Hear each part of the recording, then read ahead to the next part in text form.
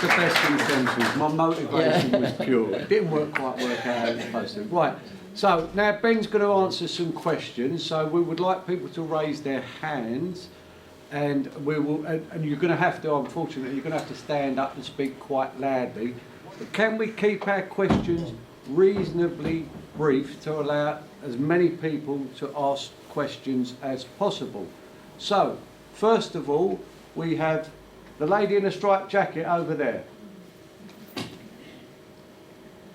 want to know what advance they're going to do to help our children with CSE. Obviously there's grooming gangs, but also county lines is very prevalent in our area. What's prevalent, sorry? Prevalent county lines. County lines. Yeah. Drugs, right. Drugs, they come from London, they recruit the young children in the suburbs, yeah, all around us, and we see drugs everywhere. So when you take a country and you practice extreme ideologies with the country, net zero, which is phenomenally economically damaging, you practice diversity, equity and inclusion, which is effectively the promotion of ethnic minorities over and above, and if necessary to the detriment of the majority people. When you do that kind of thing, you set aside the ability of people to actually succeed in life. We can't afford cars, we can't afford heating our housing because of all the net zero nonsense. We can't, our children aren't proud of who they are. If you're a white 7-year-old child at school, you're told that you're white and therefore privileged, and if you don't recognize that privilege, you're racist. You're told that your forefathers were all slave traders. You're told that actually, even though your name is Johnny, you can self-identify as Jackie if you want. And all of this is happening. And when you couple that with the incredible proliferation of the state, where the state thinks it can do everything better than private enterprise, where aspiration has been set aside in the pursuit of the creation of dependency, where you have, therefore, no real future as a young person leaving secondary or tertiary education, coming out into this world which is kind of semi-dystopian, which doesn't even want you, you've lost all your connection with your past, you are going to be depressed. You are not going to be encouraged. When I left university, and I had a very privileged existence, but I think it was the case in the 1980s that people generally, when they were young, had the feeling that the world was their oyster, because Maggie Thatcher drilled home meritocracy. She did not have any extreme ideologies she was perpetrating. She was just drilling home meritocracy. If you make money, we'll let you keep it, and you can spend it the way you wish to spend it, and we don't care what your background is, we don't care what the color of your skin is, we want this country to do well. That was her approach, and we're not doing that. And the system, the entire system has conspired not just to undermine the youth, but to undermine all of us in the country. And if we address the entire system, which is what Advance is going to do, we're going to come up with policies. I'm going to digress 1 second, if I may. Politicians tend to make policies in silos. They'll talk to you about immigration, and they'll have some immigration policies. They'll talk to you about energy, and they'll have some energy policies. They'll talk to you about the economy, and they'll have some economic policies. What they don't do is stitch together all the collateral implications of any individual set of policies and the impact that it has on the other policies that they're making. The organism needs to be taken as a whole. The United Kingdom needs to be treated as the policy framework needs to be holistic and coherent right across the board. And if we ditch DEI, and so our children can be proud of themselves and they get a fair shake of the dice, if we ditch net zero so we can all be richer and the cost of living reduces, if we reduce taxes so that we all have more money in our pockets, if you do all of that, it's not just the youth who succeed, the entire country succeeds, because we are all lifted up by that tide. And the changes that are needed to see our youth right are radical. The changes that the country needs in order to see itself right are radical. What I haven't touched on is law and order, because your question was partly law and order as well, I think. If you've got a broken criminal justice system, we talk about the two-tier criminal justice system, but we also have a criminal justice system, frankly, which doesn't work. We have a criminal justice system which will protect criminals and throw victims under a bus. And it does it again because of these extreme ideologies. Now let's just explain why it does it. When you go to court as a criminal, it is the criminal it's the criminal's liberty that is at stake. It's the criminal's livelihood that is at stake. And so hijacked is our system with the belief that all humanity needs protecting, that the victim, who's already suffered the crime, they can't unsuffer the crime. The crime's been done, so the state doesn't, the system, the criminal justice system, the state doesn't look out for the victim. It doesn't care about the victim at that point because the crime's been done. It cares about the criminal. And we've become so ridiculously concerned about criminal welfare that we've thrown victims under a bus. It's not just a reluctance to be seen as racist that prevented people calling out the Pakistani rape gangs. It's not just a reluctance to be called racist. It's a fundamental disconnect between understanding what the criminal justice system is for. We've forgotten what it's for. It's to do right by people who have been victims. It's not to have sympathy and over that woke us up. And it's not to overly protect the criminal. Of course, they deserve a fair trial. But that's what we've got to. Broken criminal justice system, broken economy, broken culture, broken constitution. And the country and its youth are all being worn down underneath it. So I've given you a very, very long answer to a very specific question. But it is because it requires a holistic response. There's no snappy one-line answer to sort out the youth problems. We need a coherent, integrated response. Does that make sense? Yeah, it does. I mean, I suppose you could say I'm one of the white privileged class. I was raised in care. I have 6 brothers and sisters. There's 36 grandchildren. I think there's nearly 70 now great-grandchildren. All from 2 parents whose names were Eunice and Jack. I call them Uni and Jack. Yeah. Because that's what they are. Yeah. You know, I wasn't privileged at all. No. I left school at 15 and started work. I've worked for social services for over 50 years. I'm glad I'm retired because now I could cancel my union. Money because there's no way I'm paying them to protest against me.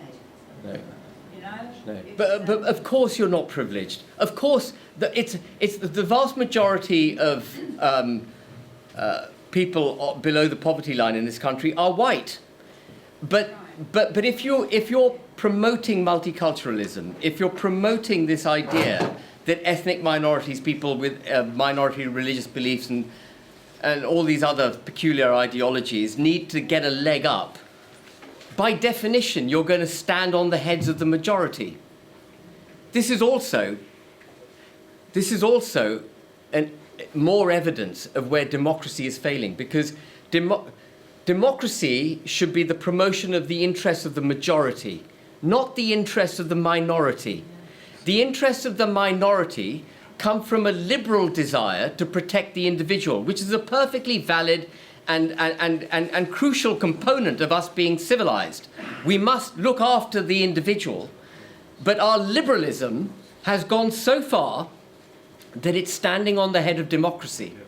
And liberalism is now dictatorial and anti the majority interest. So we've got to fight and get the sheep's coat off the wall and get rid of them. Yeah. Absolutely. Can we move on to the next question? Thank you very much. Thank you. before we do, there's a question from the chap down there, and he's asked me to ask it to you, and then I'll open it up. And the question is, most of our older citizens have seen the BBC series Yes Minister. How would you change the strong influence that the civil service has over our politicians?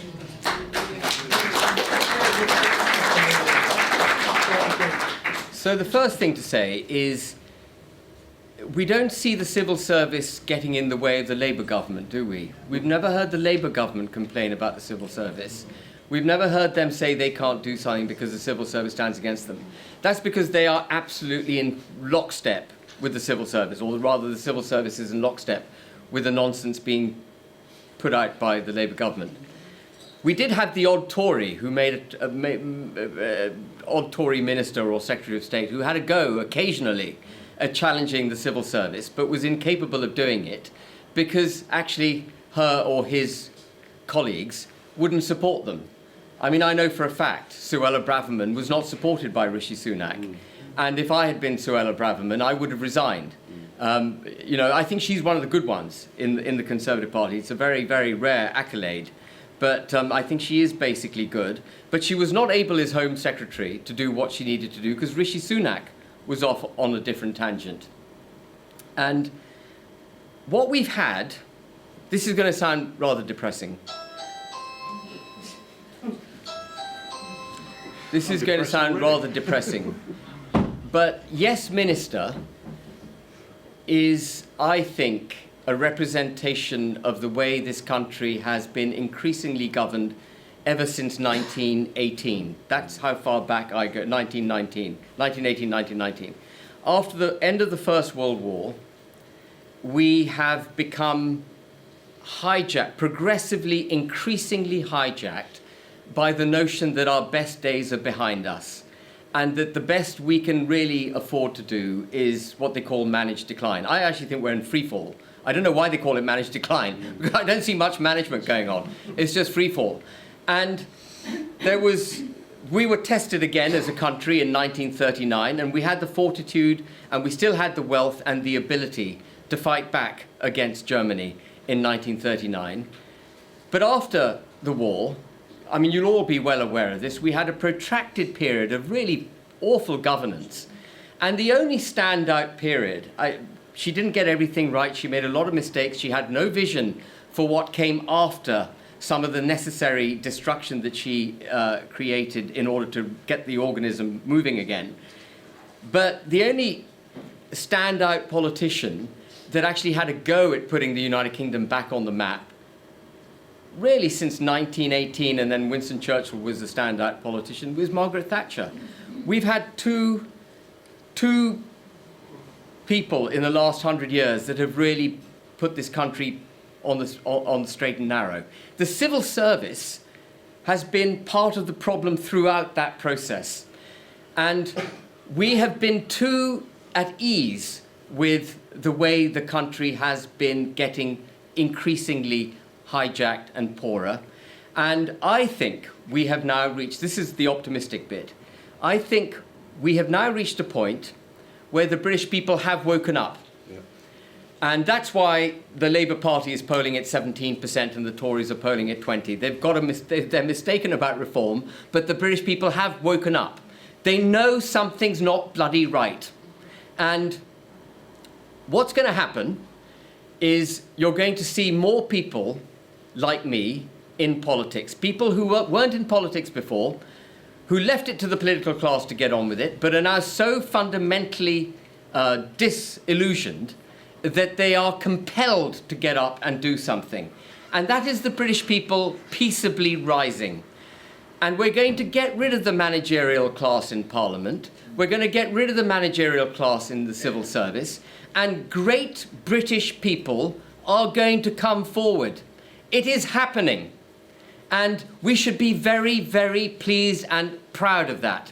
And that's why, also, you won't see advance recycling old failed politicians. There is one party that is hoovering up politicians from every part of the political spectrum faster than it can, faster than, whatever the expression is. And we won't do that. The British people now must be represented by capable individuals in Parliament, brave individuals, good speakers, but people who can also administer, who've had real life experience. The civil service is painted as something that is unchallengeable, but it's never had to face, or not recently anyway, it's never had to face formidable ministers and cabinet secretaries. Under an advanced UK government, it's going to face them, because we are going to get the best coming forward to stand for Parliament. And the other thing that we're going to do, just going back to that lady's question, I can really go on, can't I, once I start, forgive me. The other thing we're going to do is, with our manifesto, we're not just going to come up with a bunch of nebulous policies, present it to the British people and say, we're going to do this. Our manifesto will be backed up by draft legislation, draft orders of council, and it'll be appended to the manifesto, and if anyone wants to read it, they can go through every bit of legislation that we will pass on day one as a government. And the reason we want to do that is not just because we want the British people to be utterly clear on what it is we're going to do as a government, because we must have a democratic mandate from the British people. Yep. That is vital. Too often governments have been elected, invariably governments have been elected on a false promise. And we are going to show the British people precisely what we're going to do. And the benefit of showing the British people the draft legislation is that when we go into the Commons on our first day in government, we can thud down that document and say, I don't care what you in this House think. I don't care what the Lords in the other House think. This document is approved by the British people. It has to pass.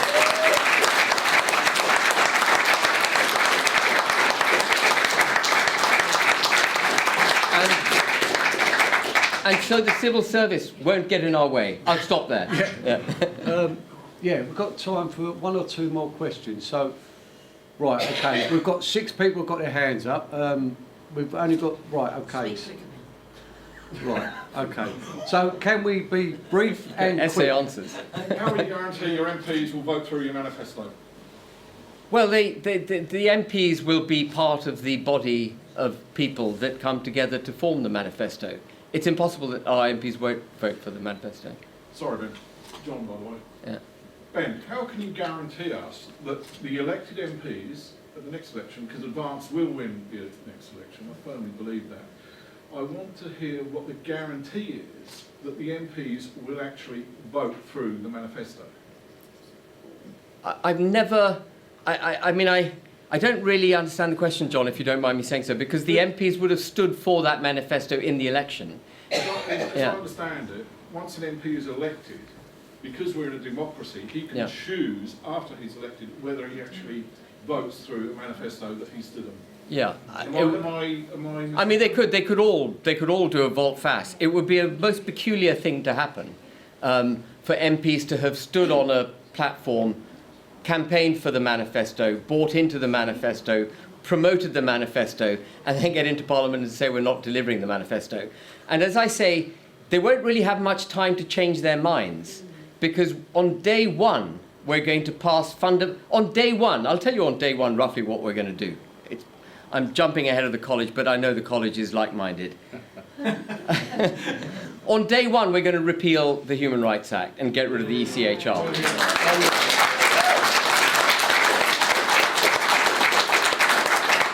On day one, we're going to get rid of the Equalities Act. On day one, we're going to get rid of the Terrorism Act 2000. On day one, we're going to get rid of the Climate Change Act and all its progeny. So you have to be a really quick-witted, extremely devious MP to, on day one, say, well, I just got elected. But not in advance. Not in advance. Not in advance. We are going to be... We're going to get rid of the people who did PPE at Oxford. We're going to get rid of the adolescent MPs who work for one charity and then they find themselves making decisions for hundreds of thousands of people. They're going to go. We're going to get people who actually have had real life experience and can deliver for this country.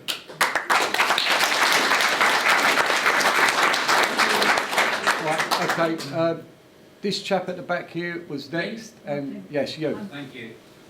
After well over 25 years of dialoguing with a certain group of people and having found them almost exclusively to use warfare line, deceitful and manipulative, please, can you, I'll fight for the words now, please promise that steps will be taken to make sure Islam does not infiltrate our party. So, this is the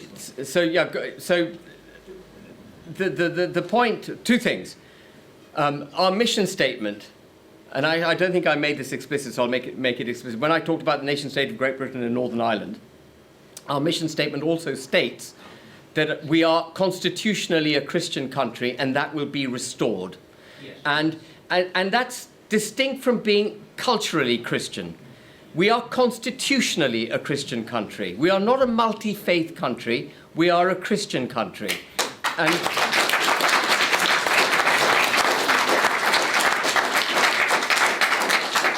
that will be restored. Starmer wants to take the bishopric out of the House of Lords. Why does he want to do that?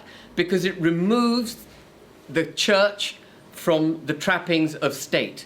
And then at that point he can say we're a multi-faith country. That's why he wants to get rid of the bishops. That's why he wants to get, but we won't do it. And we will not become infiltrated. Why? Because we have the college. And by the way, a college, just in case people don't, I'm sure you do know it, a college is the word, the name of an institution where clergy are educated. That's why it's called a college. And the name was chosen carefully because we wanted to be utterly clear where we stand on this. And the college is a body of people which can't be churned over too quickly, and it's the body of people that fundamentally keep the executive in line. And it therefore is not susceptible to entryism. We will not be able to be taken over. Even if I want to be corrupt, I won't be able to be corrupt because they'll kick me out. Yeah. That's the point.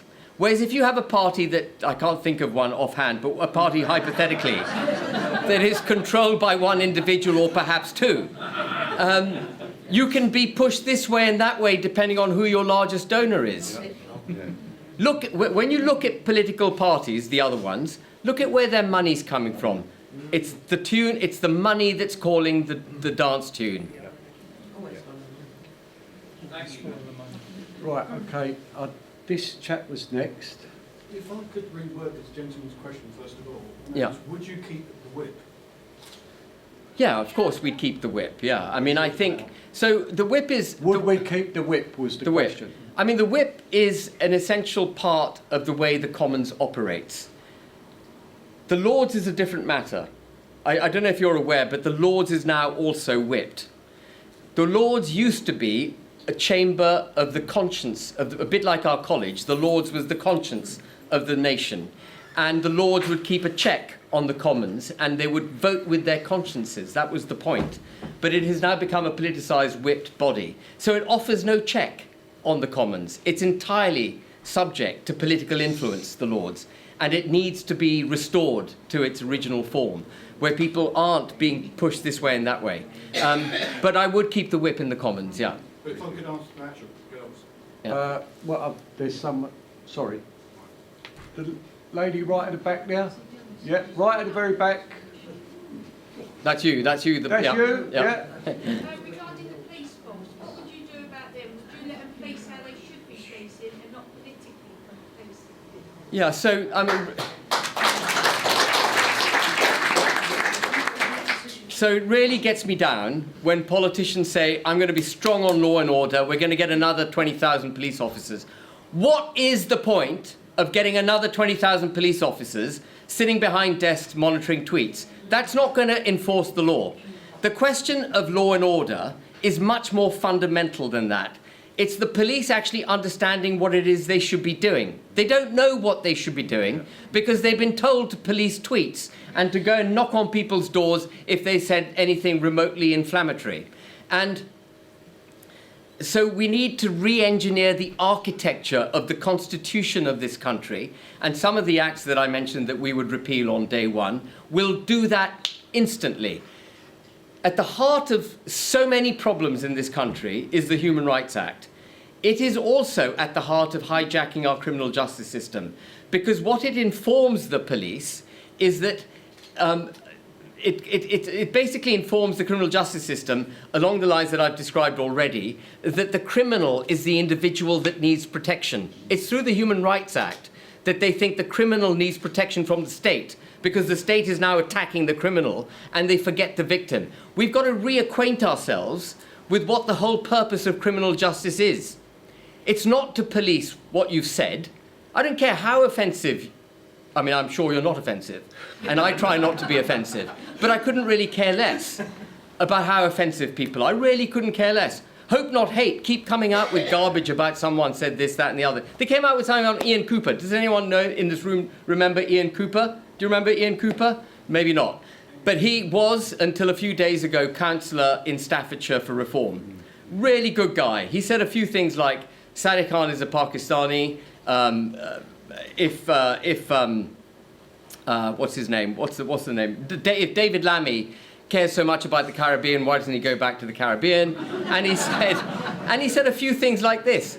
Hope Not Hate came out with a report on it, saying that, and Farage sacked Ian Cooper. Ian Cooper, I don't know, hands up if you know Ian Cooper. He's a first-class individual. He's a formidable thinker. He's a capable man. He's had a great career. And he was thrown on the trash heap. What? Pardon me, but ask that gentleman to switch, to advance. Well, the thought hadn't escaped me. And the same applies to the police. Does that make sense? Yeah. Right, okay, just right. I'm very aware of the time. Ben has to get the 4:05 train, so I'm going to hand it over to you, Ben, because we need to get you back for the train.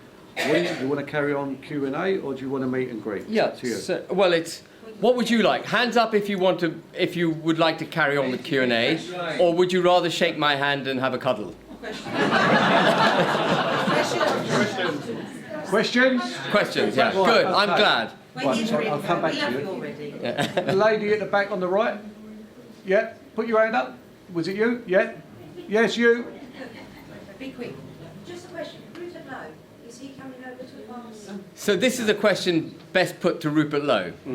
I had supper with Rupert Lowe last week. We get on very well. We cooperate. He's doing a great job with Restore Britain. But as I said a number of times, a movement can't manifest change. Only a political party can. Only at the ballot box can we really make a difference. And I think Rupert understands that. And Rupert needs to, see the light. You can join the college. I call it toxic credibility. I think we're infected in the right side of politics. There's a problem with misplaced snobbery. And I don't think Rupert is immune to that. Thank you. Your question, did that answer the question? Did that answer the question? Did that answer your question? Okay. Right. Thank you, Tony. If I was to say, forced to say something nice about the looming left, which is a term... Can you we've address used- the questions a Yeah, bit, but please? we haven't yet, but equally I want to use the looming left, Yeah. a term we haven't used enough, in my opinion. One good thing I'd say about them is they're united. On the far right, which I'm proud to be far right, along with all of you, is that what can we do to pull together more? We've got Mark here supporting the brilliant farmers.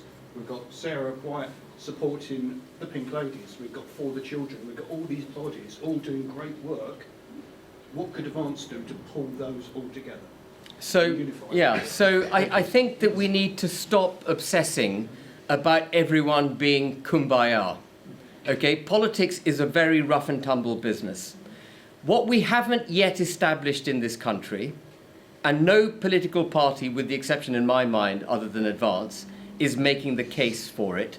We haven't established what the real issues are and what is required to be done to solve those issues.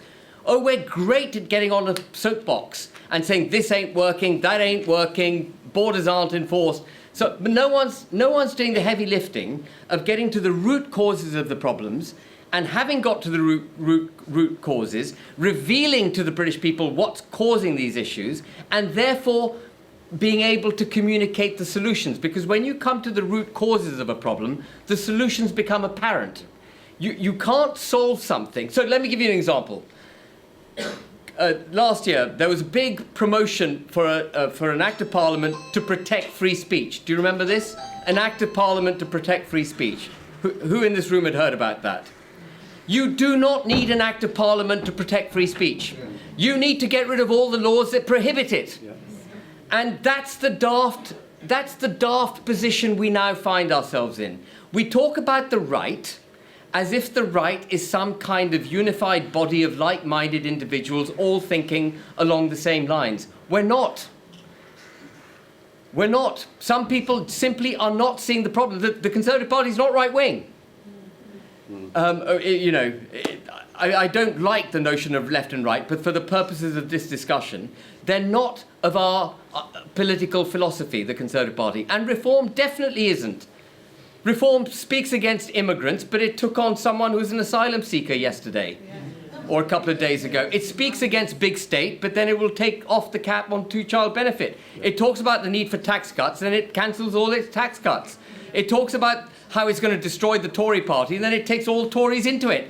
So what we've got to do, the first thing we've got to do, and it's down to you, is win the argument with the British people. Show them what needs to be done. How did we bloomin' get here, and how the hell do we get out of here? That's what we need to do.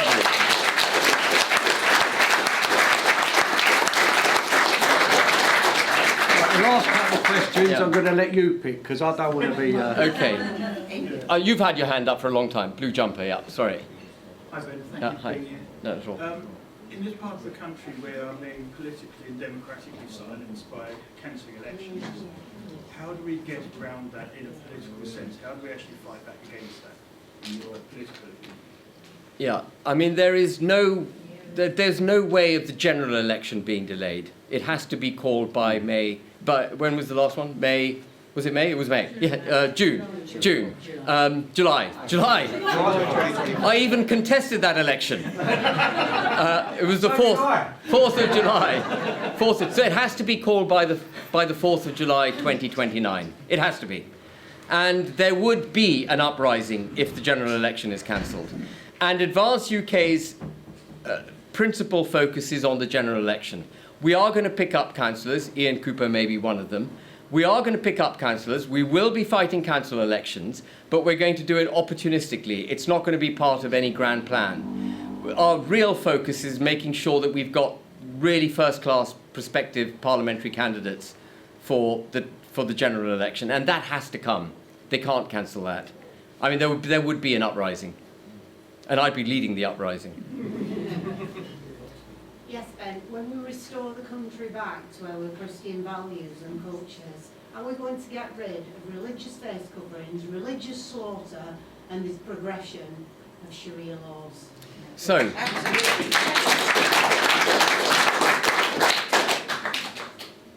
I'm probably breaching a confidence, but I have seen our draft immigration policy. And our draft immigration policy includes a covenant that people have to make when they're in this country.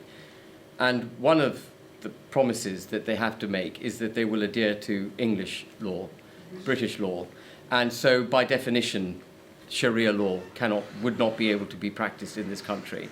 Halal, has anyone seen an animal killed through halal? It's horrific. It is so anti.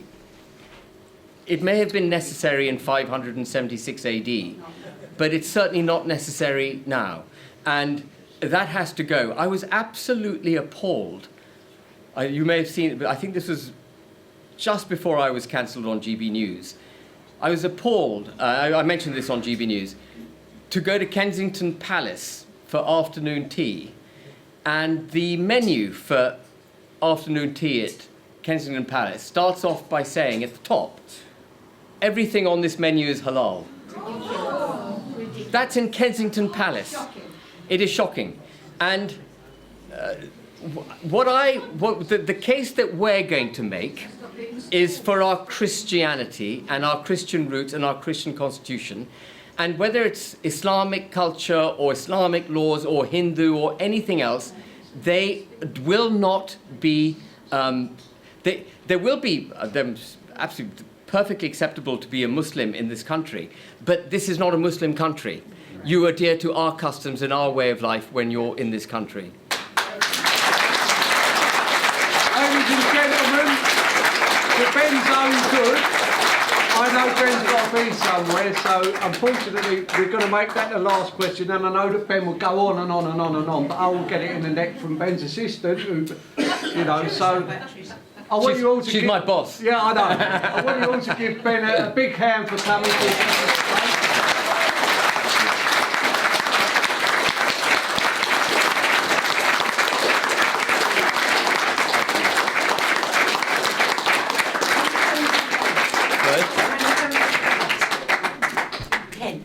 Am I going to